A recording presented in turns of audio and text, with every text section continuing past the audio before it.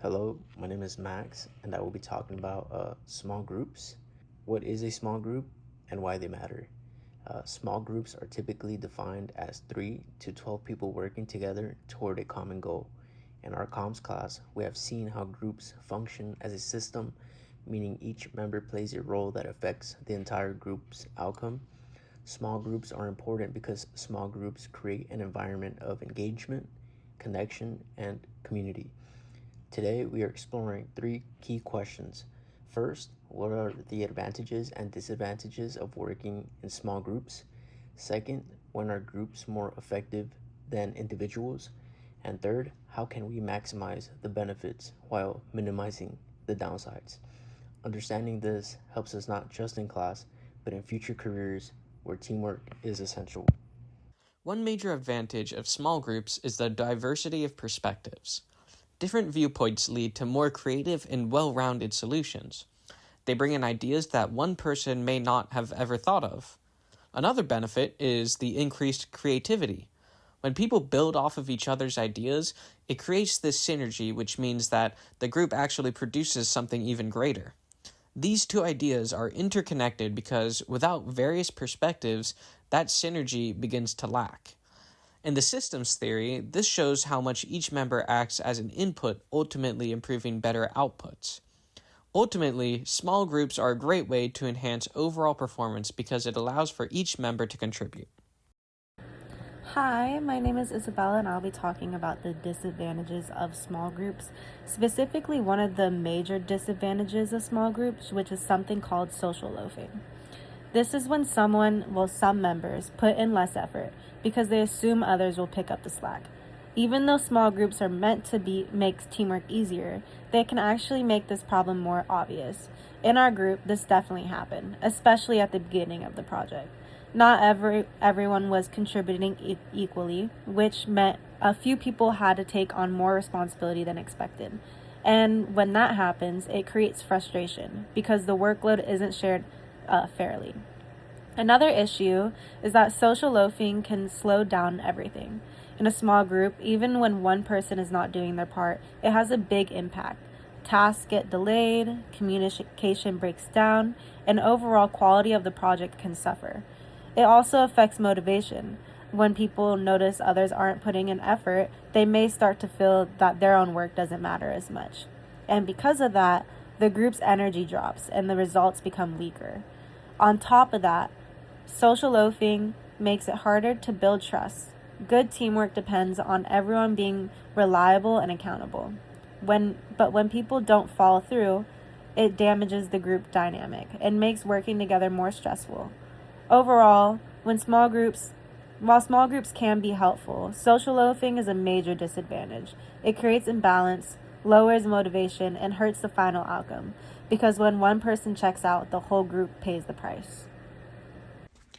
Hi, my name is Lillian, and I'm going to be talking about time and efficiency. So this is another disadvantage of small groups. And even though they're often expected to work faster, small groups can actually lose a lot of productivity when not everyone manages their responsibilities well. One of the biggest causes of this is when some group members wait until the last minute to complete their work. In a small group, this becomes an even bigger issue because there are fewer people to balance things out, and there's only so many expanded roles that somebody can take on. In our experience, this definitely slowed down our progress. There were times when we were ready to move forward, but we literally couldn't because certain parts weren't finished yet.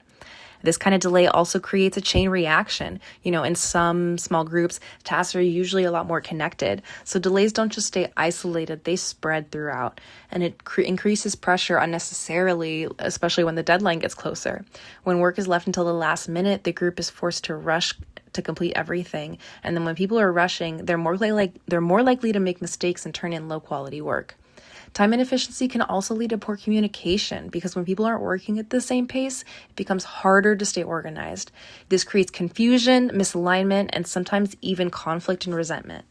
And over time, this lowers the satisfaction of the group, right? So instead of feeling coordinated and efficient, it feels disorganized, stressful, and groups are supposed to be focused and productive and collaborative. They're not supposed to be disorganized and stressful. So overall, while small groups have the potential to be efficient, poor time management can quickly turn them into the opposite. Delays in last-minute work and a lack of coordination contribute to time inefficiency, and they hurt both the process and the final result. Hello, my name is Carla, and together we are going to be debunking the debate and decide which one we think is better, working in a group or working alone. Okay, let's start off with working in a group is better when a task is complex and different perspectives are needed. More brains equals more ideas. People bringing different skills. By this I mean being a leader, a researcher, a creative thinker, a problem solver. All of this just makes a team more collaborative because many people know different skills. Exchange ideas for helpful feedback. By this I mean that in a group we're able to share thoughts. It makes us stronger and have more creative solutions. With the helpful feedback, we're able to improve the quality of our work and just different people being able to see mistakes. Make people feel accountable. By this I mean that we are having the accountability of not letting our group members down. We are meeting the deadlines so we can all work in our schedules as a team. Next up is working alone is better when coordination with dividing assignment. When as a group, when you divide assignment, some people might not be happy with how the assignment is divided and what they get to work on. Decisions can be made faster. When working alone, you get to make decisions on your own without having to discuss and take time away from making your assignment done. Working at your own pace. Some people have to work and manage school at the same time, so staying organized with own schedule is very helpful. You get to work on it whenever you are free. You like having full control over the work quality. So by this, that means that you get to meet your own personal standards and you don't need to depend on others to really reflect and pay attention to your own details. To maximize the advantages, try to always come into meetings with an idea of your own. If people don't bring their original ideas, the value of diverse perspectives and increased creativity will never come to fruition. To minimize disadvantages, groups should encourage critical thinking, open communication, manage conflict, and build strong social norms.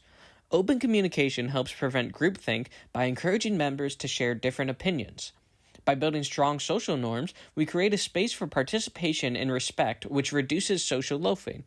When communication is strong and the norms are clear, our group functions effectively. Overall, small groups are powerful, but only when their structure and communication are managed correctly.